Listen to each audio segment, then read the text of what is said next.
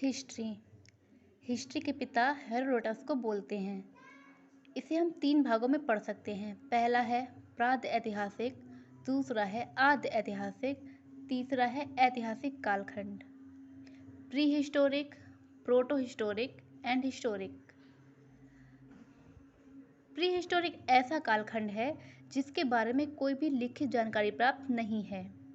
आद्य ऐतिहासिक ऐसा कालखंड होता है जिसके बारे में लिखित जानकारी तो प्राप्त है पर उसे पढ़ा नहीं जा सका है।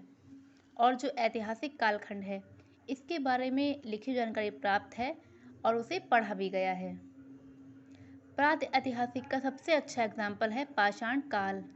पाषाण काल को हम 3 भागों में बांटते हैं: पुरा पाषाण काल, मध्य पाषाण काल, नव पाषाण काल।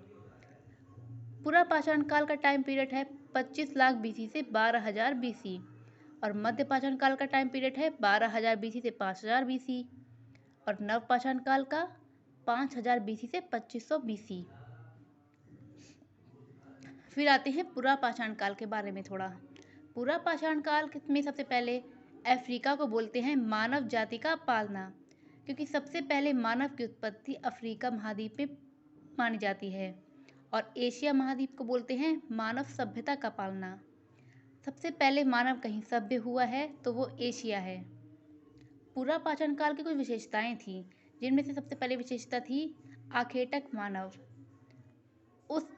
उस समय मानव जो था वो आखेटक था, मतलब उसे सिर्फ शिकार करना आता था। वह खाद्य संग्राहक था, मतलब वह अपना शिकार करता था और मात्र भोजन की तलाश में यहाँ वहाँ घूमता था और अपना भोजन इकट्ठा करता था। पुरा पाषाण काल की एक सबसे बड़ी खोज है आग। आग की खोज मानव ने पूरा पाषाण काल में ही कर ली थी। उसके बाद आते हैं मध्य पाषाण काल में। मध्य पाषाण काल को माइक्रोलिथिक पीरियड भी बोलते हैं, क्योंकि यहाँ पे छोटे पत्थरों के हथियार बनाना स्टार्ट हो गया था। आग की खोज मानव ने पूरा पाषाण काल में कर ली थी, पर आग का उपयोग मनुष्य ने मध्य पाषाण काल में किया। इसने मध्य पाषाण काल से ही खेती करना प्रारंभ किया।